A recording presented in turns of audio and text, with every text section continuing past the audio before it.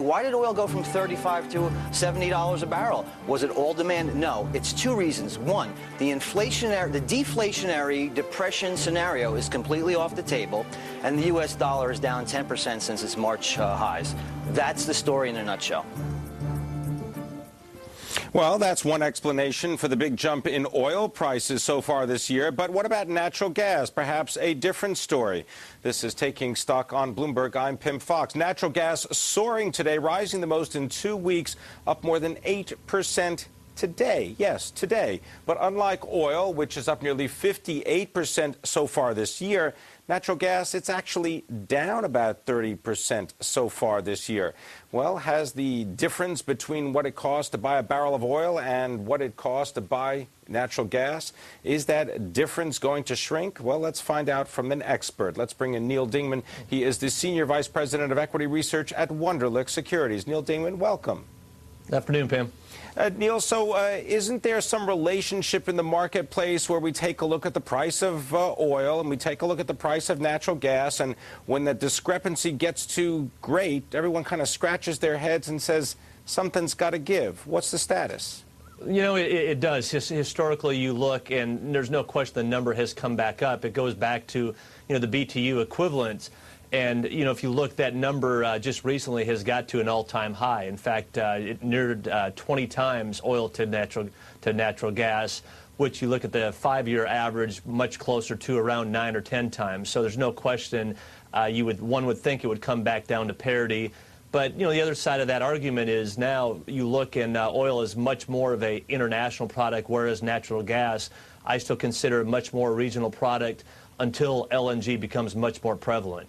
So give us the economic outlook, though, because, natural gas tied to utility use, tied to industrial use, and also there's a new technology component to natural gas about how you actually get the gas out of the ground, right? Absolutely. The uses are definitely increasing, and with this administration, it seems that it keeps continuing to come up on a daily basis. A lot of things that coming up from this administration would have us think that sooner rather than later, prices are going to go up for just a wide variety of reasons. There's different frack bills that they're talking about putting up that would cost more to actually extract this natural gas out of the ground. There's different things on the emissions around oil, around coal, which would obviously then inflate the natural gas prices. So there's a lot of things that the bureaucracy is doing that I think down the line will push prices. But at least in the very near term, I don't see the reason for an increase as of yet. All right, so you don't see any reason for an increase in the price of natural gas. How long can the market disagree with Neal Dingmann? I guess, like I said, you've got that give and take, or that struggle that we always see between typically supply and demand. And right now, there's one thing that we're still clearly seeing in the U.S., and that is supply is still ample. When you look, Pim, you still got, about 22% inventory levels, about 22% higher than the 5-year, and about 30% higher on a year-over-year average. So that's just on a quick fundamental reason we're clearly higher. And then you look, and definitely the buzzword out there now is unconventional, or these natural gas shale plays. And there's no question there's more gas than we've ever seen around this time of year. Now, Neal, I know that you actually cover some of the companies that are focused on exploring for oil and for natural gas. Can you give us an update on what's going on in the Gulf of Mexico? Because that's an area of your specialty. Yes, sir. If you look at some of those companies, you're starting to hear more, and you're starting to see a return to some of these projects. One of the probably most prevalent areas when you talk about natural gas offshore is the deep Gulf of Mexico. You haven't seen a lot of these projects really go full speed yet, but definitely plans are out there. We're hearing more and more of these companies start to line up. A lot of the offshore drillers continue to be extremely busy. Most of them now have their rigs still lined up for the next couple of years. So to me, if you look at utilization deep offshore Gulf of Mexico, which is one of the bigger areas for natural gas, utilization is still very strong out there. And, Neal, can you give us some insight into government policy? You mentioned the Obama administration. There are a couple bills before Congress that the natural gas industry doesn't like. What's the likelihood that legislation hurts natural gas? Oh, I think to some degree it's highly likely. To what extent is another question. But, you know, one of these things that's on the table right now is for fracturing natural gas, something that you have to do to all these new shale plays. And if you start raising prices on the cost to extract that out of the ground, one certain thing is that you're going to see natural gas prices rise with that. All right, we're going to continue the conversation more with Neal Dingmann coming to us from Wunderlich Securities. We're going to take a look at some equities that Neal Dingmann thinks are going to prove profitable. This is Taking Stock on Bloomberg. I'm Pim Fox. I'm speaking to Neal Dingmann of Wunderlich Securities. He joins us from Boston. We're talking about energy, natural gas, and oil. We know that oil prices, well, they were up past $70 a barrel. They did fall today. Neal, now you say natural gas isn't set to make a big rally quite right now. But let's talk about some natural gas stocks. Let's begin by talking about McMoRan Exploration. Now, this is different than Freeport McMoRan. This is the company that's got that deep water well in the Gulf of Mexico.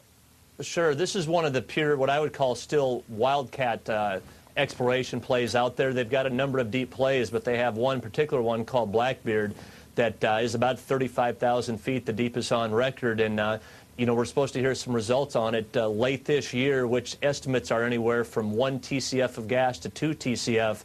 So if that hits, you know, gas prices at $3 or $5, that's still a lot of money for a company like that.